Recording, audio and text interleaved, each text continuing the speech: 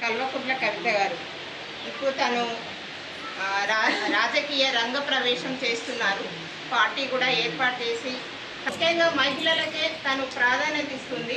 కాబట్టి మన మహిళలందరం తేరుకొని మనం ప్రజలకు ఏ రకంగా సేవలు అందిస్తాం, ఆమె ఇచ్చిన మన అవకాశాన్ని తీసుకొని మనం ప్రజలకు ఏ రకంగా సేవలు అందిస్తాం, ఏ రకంగా ఉంటాం అనే ఉద్దేశంతో ముఖ్యంగా మహిళలకే తను ప్రాధాన్యత ఇస్తుంది.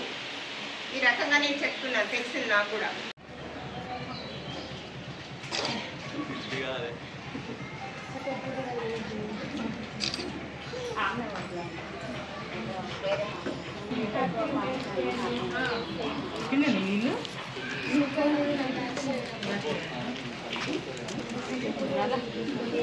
జాగృతి అంతర్జాతీయ మహిళా దినోత్సవం శుభాకాంక్షలు సందర్భంగా నేను మహిళ గురించి ఒక కొటేషన్ చెప్తున్నాను. ఈరోజు స్పెషల్గా అమ్మను పూజించు, భార్యను ప్రేమించు, సోదరిని దీవించు, మహిళలందరినీ గౌరవించు.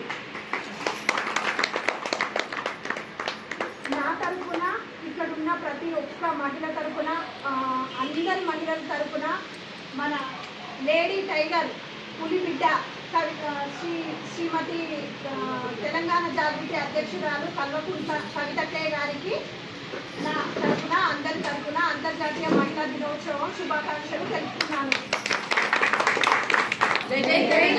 జై జాగృతి. ఎన్నో నమ్మకాలు, ఎన్నో కష్టాలు ఉన్నా కూడా కవితక్కయ్య గారిని చూసి మనం ఒక ఇన్స్పిరేషన్గా ఉదాహరణగా తీసుకోవచ్చండి. ఎందుకనంటే తను లైఫ్లో ఎన్ని ఇబ్బందులు పడ్డదని ప్రతి ఒక్కరికి తెలిసిందే. అయినా కూడా తను ప్రజాస్వామ్య వ్యవస్థలో పోరాడుతుంది. ఒక మహిళగా ఇండివిజువల్గా పోరాడుతుంది. ప్రజాస్వామ్య వ్యవస్థ గురించి తను పోరాడుతుంది అని అంటే తనకి అక్కడ ఏమీ లేదండి. ప్రజాస్వామ్యంలో మార్పు రావాలని పోరాడుతుంది. ప్రజల్లో మార్పు వస్తేనే ప్రజాస్వామ్య వ్యవస్థలో మార్పు వస్తుంది. దానికోసం తను చాలా కష్టాలు పడ్డది. ఆ కష్టాల నుండి వచ్చి కూడా ఈ రోజుకి తను పరిగెత్తుతూ పోరాడుతూనే ఉంది. తన పోరాటానికి ప్రతి ఒక్క మహిళ సపోర్ట్గా ఉంటారు అని నేను కోరుతున్నాను.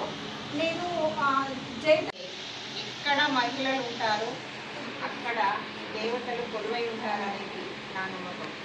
అలాగే మన తెలంగాణకు వచ్చేసి మహిళలు, చిన్నపిల్లలు కానివ్వండి, మధ్య వయసులు కానివ్వండి, పెద్దవాళ్ళు కానివ్వండి, ప్రతి ఒక్కరూ ఏదో ఒక దారుణానికి బలి అవుతున్నారన్నది మీ అందరికీ తెలుసు. అయినా కూడా మనలో అసలే ఇన్స్పిరేషన్ అనేది రావట్లేదు.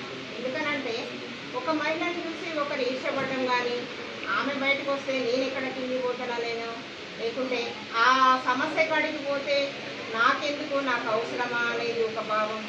తర్వాత మళ్ళీ వెళ్ళినా కూడా నేను అల్లరి పాలవుతాననేది ఒకటి. మా ఆయన ఏమంటారు, మా అక్కడ ఏమంటారు, మా అన్న ఏమంటారు అంటే ప్రతి విషయంలో కూడా మహిళలకు ఏదో రకంగా అడ్డంకి అనేది వస్తూనే ఉంది. మరి ఆ రకంగా ఉంది అని అంటే ఇంకా మన మహిళలు చైతన్యం కాలేదనా? అయ్యారు. ప్రతి రంగంలో ఉన్నారు, ప్రతి డిపార్ట్మెంట్లో మన మహిళలు ఉన్నారు. పోలీస్ డిపార్ట్మెంట్లో కానివ్వండి, అంతరిక్షయానంలో కానివ్వండి, రాజకీయాలలో కానివ్వండి, ప్రతి దాంట్లో మన మహిళలు ముందున్నారు. అవునా కాదా? ఉన్నారు. అయినా కూడా మన మీద ప్రతి ఏదో ఒక అభియోగం వస్తూనే ఉంది. మనం దాన్ని భరించుకుంటూ వెళ్తూనే ఉన్నాం.